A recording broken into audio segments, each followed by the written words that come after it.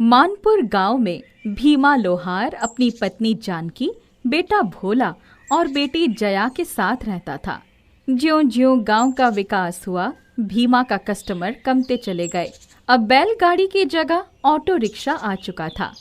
भीमा की गरीबी दिन प्रतिदिन बढ़ती जा रही थी। एक दिन, बेटा भोला, लगता है अब तुम्हें शहर कमाने के लिए जाना ही पड़ेगा, क्योंकि कर्ज ज़्यादा हो चुका है और आमदनी कमती जा रही है। घर चलाने के लिए तुम्हें काम करना होगा। मैं तो खुद आपको बोलने वाला था कि मुझे भी काम करना है। वो दीनू चाचा का बेटा चंदू शहर में रिक्शा चलाता है।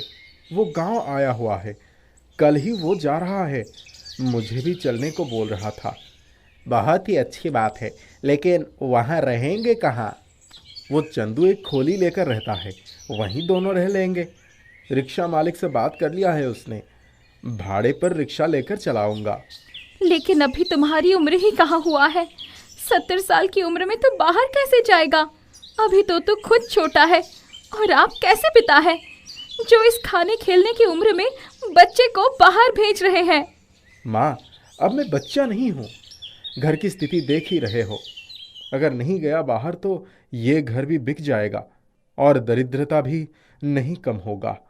ठीक ही कह रहा है बेटा, अब तो सचमुच बड़ा हो गया है।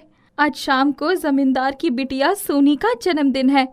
उसमें हम चलेंगे तो तुम्हारे शहर जाने के लिए जमींदार साहब से कुछ पैसे उधार मांग लेंगे। शाम में सभी जमींदार साहब के यहाँ जन्मदिन पार्टी में जाते हैं। गांव के लगभग सभी लोग पार्टी में आए थे। एक से एक पकवान वहाँ था, लेकिन जया का ध्यान सिर्फ सैंडविच पर था। वो उसे खाने के लिए ललचा रही थी। भैया, ये सैंडविच कितना अच्छा है ना, मुझे तो बस यही खाना है। मैं शहर जाऊंगा तो लौटते समय तुम्हारे लिए सैंडविच ही लाऊंगा। हाँ भैया, मैं खूब खाऊंगी, किसी को नहीं दूंगी। ठीक है, अब चलो, सोनी केक काटने वाली है। सभी बच्चे सोनी को घेरे हुए थे। सोनी केक काटने से पहले जैसे ही मोमबत्ती पर फूंक मारी कि एक कैंडल उसके फ्रॉक पर गिर गई और आग लग गई। सोनी डर कर इधर उधर भागने लगी। तभी भोला एक चादर लेकर सोनी को लपेट दिया और आग बुझ गई। तभी जमींदार और उसकी पत्नी सुनीता दौड़ते हुए आए। सोनी बेटा, तुझे चोट तो नहीं आई? कहीं जला तो नहीं? नहीं माँ, भोला भैया ने मुझे जलने नहीं दिया। हाँ बेटा, मैंने देखा कि किस तरह से भोला ने तुझे जलने से बचा लिया। चलो बेटा, अब केक काटो, बहुत देर हो गई है। और हाँ, दूसरी फ्रॉक पहन लो, ये फ्रॉक बहुत जल गई है। जी पापा। चल बेटी, मैं अभी चेंज कर देती हूँ। अरे, तुम्हारी नेकलेस क्या हुआ? पता नहीं माँ, अभी केक काटते समय तो थी ही मेरे गले में नेकलेस। अगर अभी थी तो हुआ क्या? तुम्हारे गले से कौन निकाल सकता है? भोला, अभी तूने ही सोनी को पकड़ा था। अभी थोड़ी देर पहले जानकी भी बता रही थी कि तू कल शहर जा रहा है और उसके लिए तुम्हें पैसों की जरूरत है। बता, नेकलेस कहाँ छिपाया है? मालकिन साहिबा, मैं गरीब जरूर हूँ पर चोर नहीं। वाह, एक तो चोरी, ऊपर से सीना चोरी। देखो तो हिम्मत लौंडे की, कैसे आंख दिखाकर बात कर रहा है। देख बीमा, अपने लौंडे को कह दो चुपचाप मेरी बच्ची का नेकलेस लौटा दे, नहीं तो पुलिस के हवाले कर दूंगा। मालिक, आप तो हमारे अन्नदाता हो, आपसे गद्दारी की सवाल ही नहीं उठता। लेकिन मुझे अपने बच्चे पर पूरा यकीन है कि वो मर जाएगा, परंतु चोरी या कोई गलत काम हरगिज नहीं करेगा। लगता है कि तुम लोग ऐसे नहीं मानने वाले। दीवान जी, पुलिस को बुलाइए। वही 4 डंडे मारेगा तो सारी हेकड़ी बाहर आ जाएगी। मालकिन, मेरे बच्चों को बचा लो, वो बहुत ही भोला है। चोरी तो वो कर ही नहीं सकता। देखो जानकी, ये सच है कि अभी कुछ ही मिनटों पहले सोनी के गले में नेकलेस चमक रही थी और उसके बाद सोनी के पास सिर्फ भोला ही गया। अब तो पुलिस ही बताएगी नेकलेस कहाँ गया और कौन लाया। पुलिस आती है और भोला से पूछताछ करती है। संतोषजनक उत्तर ना पाकर पकड़कर थाने ले जाने लगती है। तभी सोनी का टोपी नीचे गिर जाता है। वो टोपी उठाने के लिए नीचे झुकती है, तभी सोफे के नीचे पीछे की ओर उसका नेकलेस दिखता है। माँ, वो देखो, सोफे के नीचे मेरे नेकलेस पड़ा हुआ है। वाह, सचमुच? थानेदार साहब, भोला को छोड़ दीजिए, मेरी बच्ची का नेकलेस मिल गया है। तभी भीमा पूरे परिवार के साथ वहां से जाने लगता है। कहाँ जा रही हो जानकी? रुक जाओ, खाना खाकर जाना। नहीं मालकिन, हमारा पेट भर गया, अब एक पल भी यहाँ रुकी तो शर्म से मर जाऊंगी। भीमा, गलत फहमी में ये सब हो गया, रुक जाओ, खाकर जाना। मालिक, एक गरीब के पास उसकी इज्जत ही सब कुछ होता है। आज सारा गांव और समाज के सामने मेरे परिवार की इज्जत चली गई। अब मुझे नहीं रोके मालिक, चल भोला। अच्छा है कि तू कल गांव छोड़कर शहर जा रहा है। हाँ बापू, मुझे अब यहाँ नहीं रहना। जब सोनी जल रही थी तो किसी ने उसे बचाने की हिम्मत नहीं की और मुझे उसे बचाने का ये इल्ज़ाम मिला। चल जया। पर मुझे तो सैंडविच पराठा खाना है, मुझे बहुत अच्छा लगता है। सैंडविच पराठा की बच्ची, चल यहाँ से। ये सब इन अमीरों का खाना है, ये गरीबों के लिए नहीं है।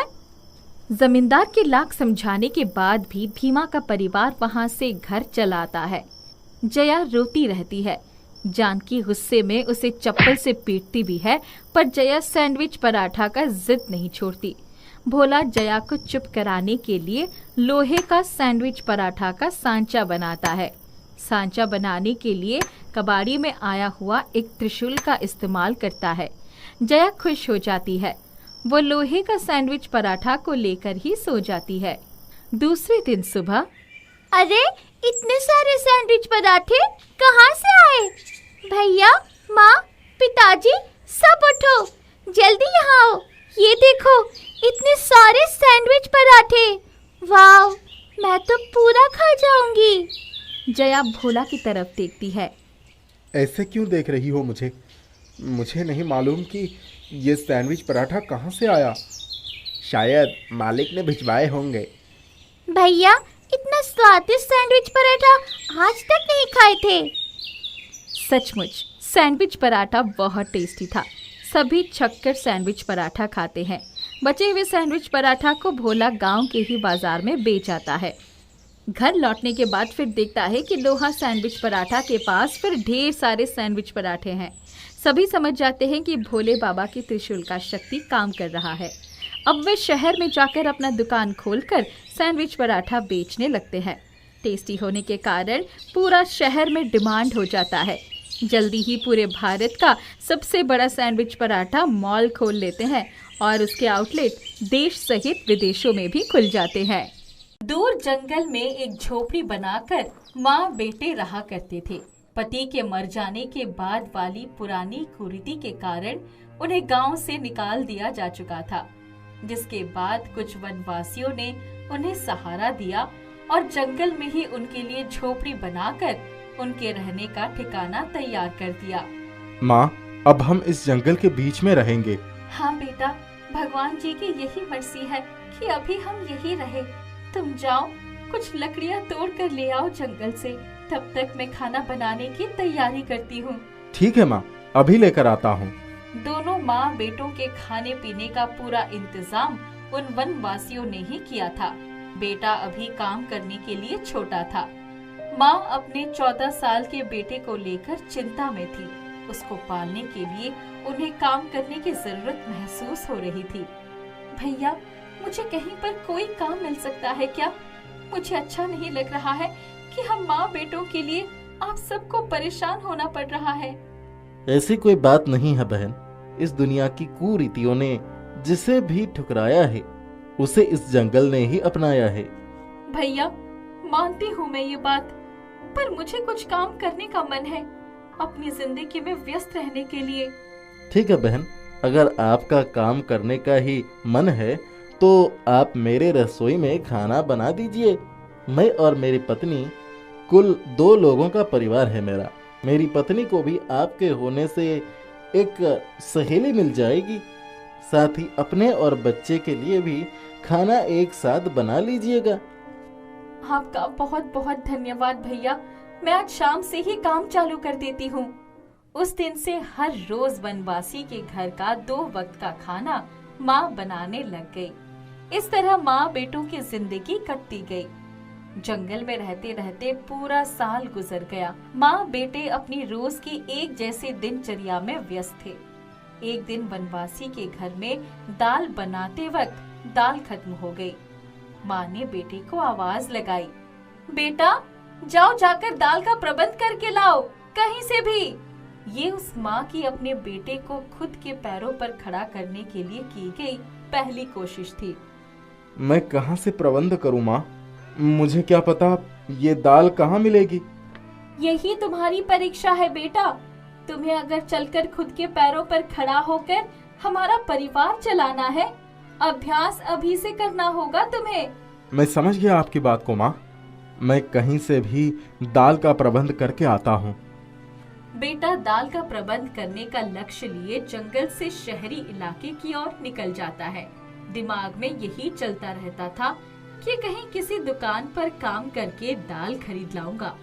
वो शहर की दुकानों में काम मांगने लग गया। मालिक, कोई काम मिलेगा क्या?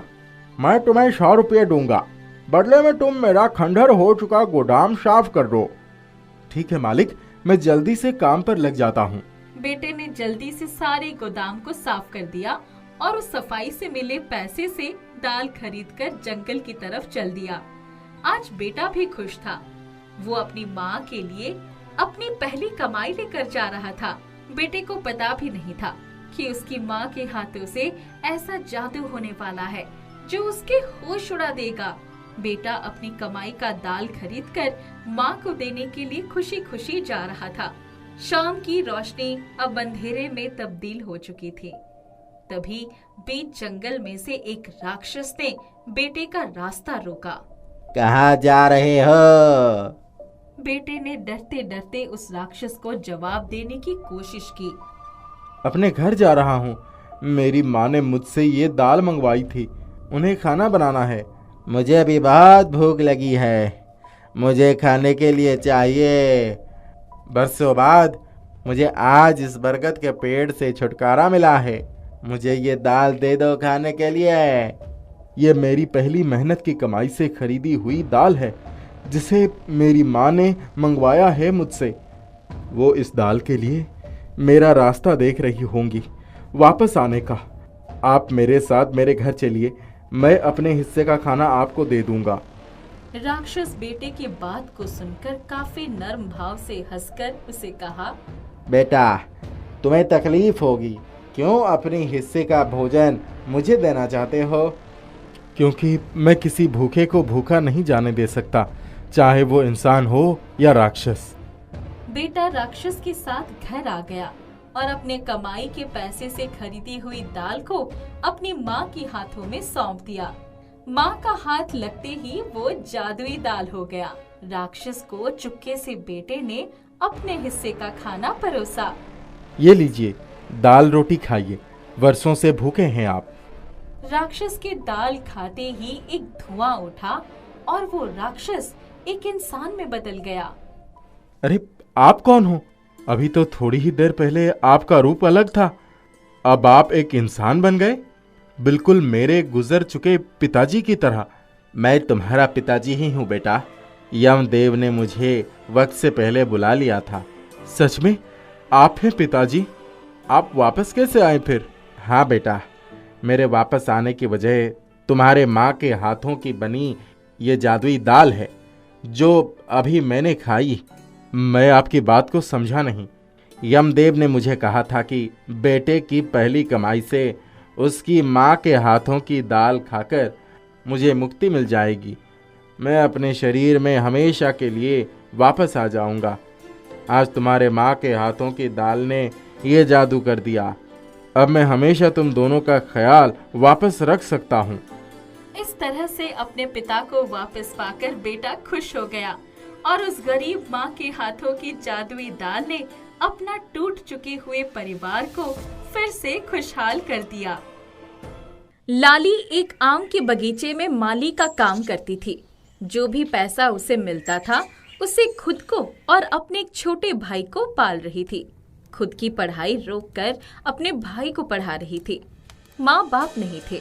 लाली के झोपड़ी में लाली और उसका भाई निखिल, केवल यही 2 लोग रहा करते थे। निखिल, ओ निखिल। हाँ दीदी, कहिए।